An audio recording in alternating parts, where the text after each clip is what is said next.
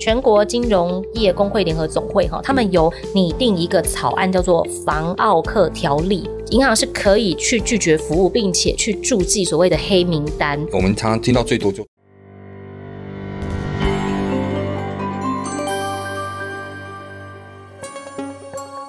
好事贷 Podcast， 大家好，我是好事贷房贷经理张映如。大家好，我是好事贷房贷经理周景光。景光，我最近看到新闻，就是那个金管会要求我们在公平待客原则之下如果有客户来做客诉的话，其实一线的银行行员压力真的都很大。对，这是正常的，因为你第一线跟客户接洽嘛，即使客户抱怨然后骂你什么的，你都还要忍住，保持着你的甜美笑容，还要甜甜的声音好好的跟他回答，不是这样吗？分享几个案例我觉得蛮特别的啦，就是说有银行的客服他接到 A 先生来电那因为 A 先生每次来电，客服都长达数个小时的这个疲劳轰战，他会抱怨他的婚姻不美满讲到下班都不一定会结束，甚至说我可不可以要求你指定的时间，然后打电话给我可能是通知我要起床或者是通知我要做什么事情，有点像闹钟的概念这样子。那如果说你不达成他的要求，他就直接在电话里面告诉你说，那我要向金管会投诉你。因为金管会投诉下去之后金管会会马上行文要求银行改善，了解什么问题，银行长官就会马上行文下来，下面的主管就会紧张，就会开始问你到底怎么回事，什么状况这样子。那当然不合理的要求的话，其实银行也是可以去回复给金管会说它本来就不合理甚至于你现在目前很多的电话都是有录音的，可以把这些证据给回复给金管会，让金管会觉得说这客户本来就是不合理的要求。那还有另外一个案例我觉得也蛮特别的就是有一位先生，他到分行去停车的时候就不小心擦撞了，那他觉得是银行停车场设计不良，所以他要求银行应该要赔偿他。银行打电话给他跟他协调补偿的时候，害他开车超速，他又吃上一张超速罚单，所以他也要求说那你连我的罚单你也要一起缴。他也是讲说如果你不照着我的方式处理，我就要向金管会申诉。这一听就觉得是有点夸张但是没办法，就是投诉了银行就要处理，这就会有报告写不完的问题嘛。其实各行各业都会有一些奥客嘛，这就是我们一线服务人员的悲哀啦。那还有一位先生，他因为投资失利，他觉得是理专的责任，要求银行给予补偿。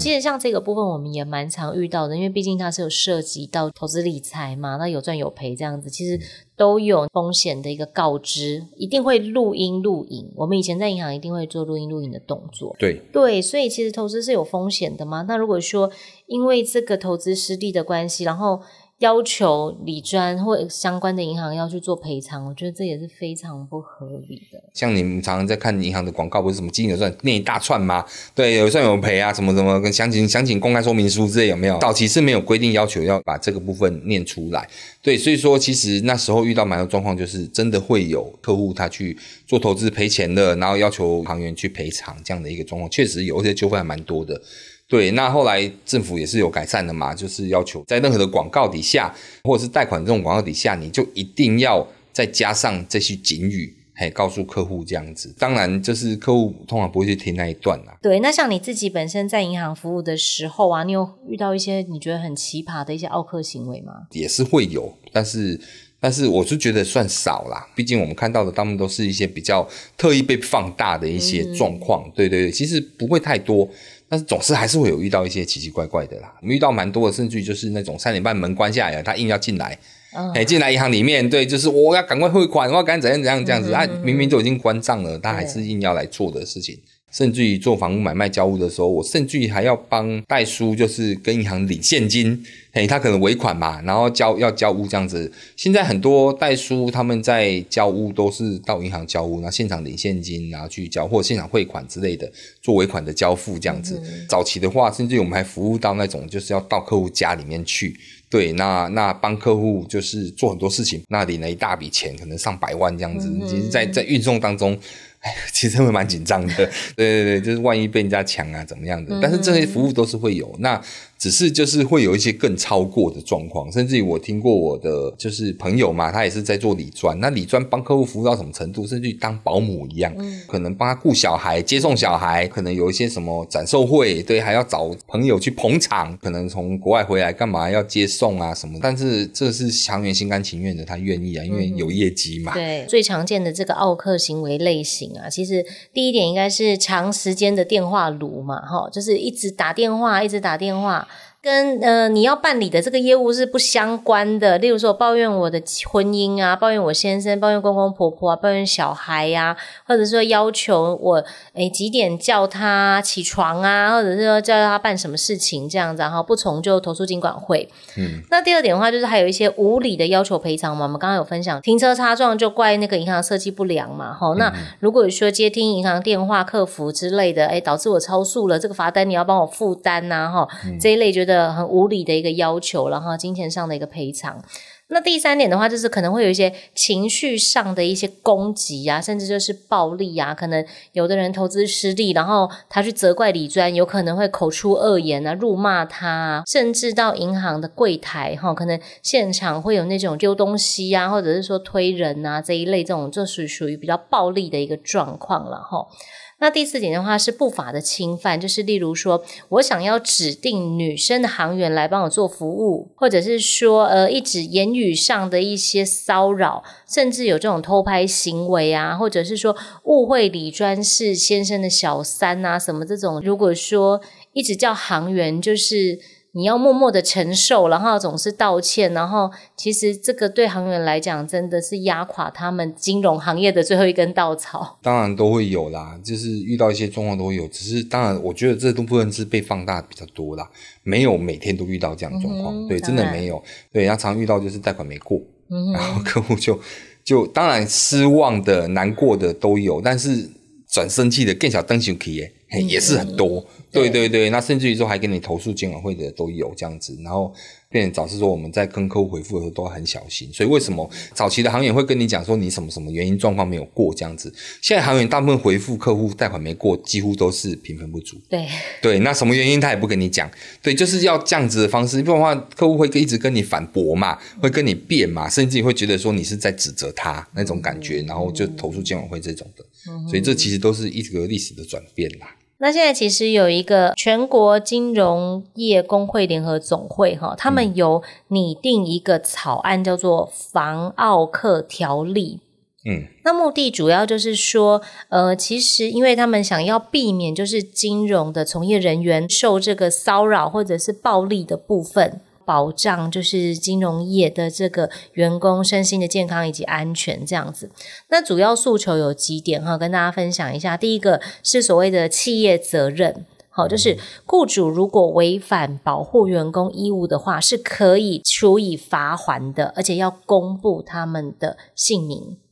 好，第二点的话是硬体防护，例如说我们要去增设这个静音的报警系统，加强柜台的这个防护玻璃，还有就是去设立一个暂时休息区或者是隔离室。那第三点的话是后续的一个协助，假设说员工这边目前已经有受到一些这样子的状况身心俱疲的话，必须要提供他所谓的心理咨询甚至是法律扶助的这个管道。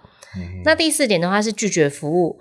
他们是建议银行可以去拒绝服务，并且去注记所谓的黑名单。其实这个条款不仅是保护我们的行员，甚至是对其他的服务业有示范的一个作用啦，等于是说带头来做一个领头羊这样子。对啦，因为其实不是只有银行业才会遇到这种状况，各行各业都有啦。对，那我们常常听到最多就超商店员嘛，最可怜的，那超人一样什么都要做，对，还要被奥客这样子不断的骚扰、言语怒骂或什么的，对，这都会有。所以其实并不是只有银行才有这种状况。当然，这个如果说这个法律有通过的话，当然是有个示范的作用。就也是告诉这些奥客就是不要再来了，不要再这样子了。对对对对，我也有在迪卡这边有看到一个蛮有趣的一个发文当然我们是帮忙做分享，然后他有观察他在银行从业的这1年来奥客的比率。第一点他说他觉得女生比男生多，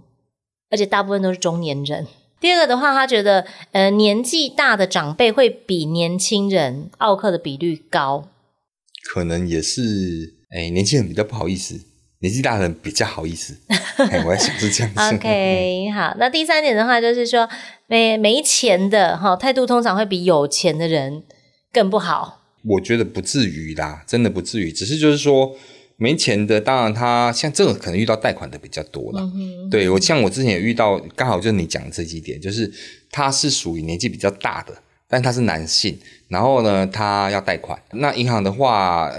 就是希望说他要提供相对应的财力证明嘛。但是他说我之前几十年前贷款的时候，我只要充件来我就可以贷款的，你为什么要我提供什么什么财力证明这样子？就因为这样他就跟我就是撸了很久，他就说你们银行啊就是这样烂啊什么的啦，那我不在这边办了，我到别家去都嘛可以，收证件给他就可以办理了，我已经房子给你抵押了，为什么你还要这样？就是会有遇到这种，但是因为时空背景不同，他可能早期在10几20年前那时候，甚至于更早的时候，他们的那个状况是可以的，你那时候银行比较没那么要求，对，那现在银行都要求就是足够的财力证明才能贷款嘛。时空背景不同，可是他却要相同的条件来去借的话，就借不到，那借不到他就生气嘛，对，其他人会生气啊，到最后还是用经理再来出来安抚一下，这样子才比较好。所以这个是有的啦，只是少数啦，刚好就是老人啦，然后又需要贷款的这种啦。我们要来公布就是奥客的这个职业比例，当然是他统计的这不是我统计的。